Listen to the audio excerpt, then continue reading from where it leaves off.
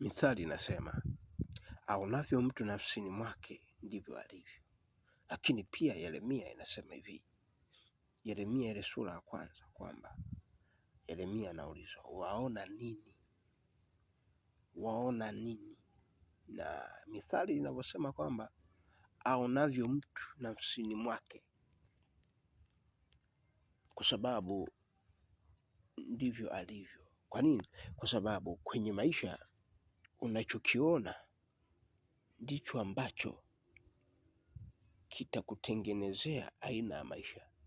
Na ndio maana shetani huwa anapofua macho ya watu yasiweze kuwa na picha ile ambayo Mungu ndo anataka uwe nayo. Mtu anapofua yale macho ya kuona vitu vya jinsi ile ya kwako, au kwa jinsi ile ya asili ya Mungu alivyokuumba na alivyokuwekea ndani yako kulingana na vipawa na karama na nyakati. Anakupa mitazamo, anakupa aina ya picha kimaisha, kiuchumi, kwenye ndoa, kwenye kila eneo, kwa namna ambavyo unajikuta unakuwa unaona kwa namna ambayo vile unavyoona havielekei wewe kukupa amani, ila vinatengeneza aina ya maisha ambayo yako kinyume cha ikupasavyo.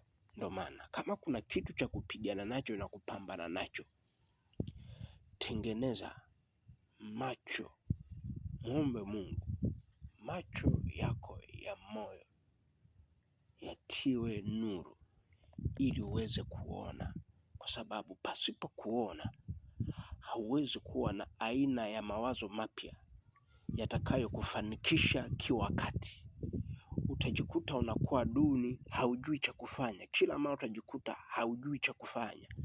Inafika wakati ambao inatakiwa ujue cha kufanya, haujui cha kufanya. Ndio maana Biblia inasema Yesu alipofika kaona mji akaulilia, katika ile kitabu cha Luka 19:41 kuanzia pale anasema hivi.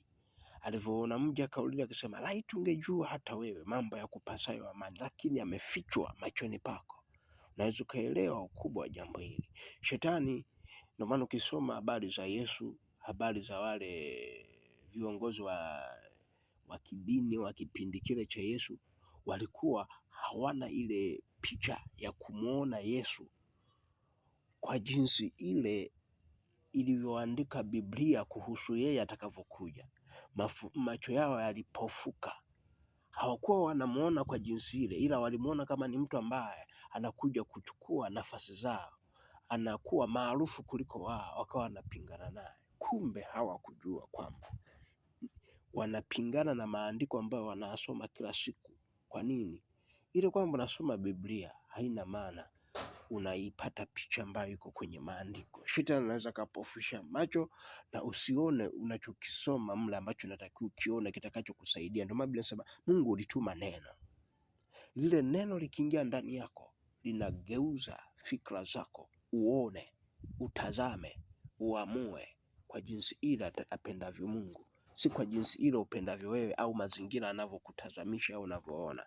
Kwa hiyo jizoeshe kutumia damu ya Yesu kwa ajili ya kufungua mihuri ya neno la Mungu unavyosoma, kufungua macho yako yaweze kutiwa nuru. Lakini ukiachilia damu ya Yesu katika macho yako ya ndani, katikati ya mazingira, utaweza kuona fursa mpya, utaweza kuona mwelekeo mpya ambao katika huo utafikia ushindi wako ambao Mungu alikusudia uwe nao hapa ulimwenguni, katika jina la Yesu Kristo. Mungu akubariki.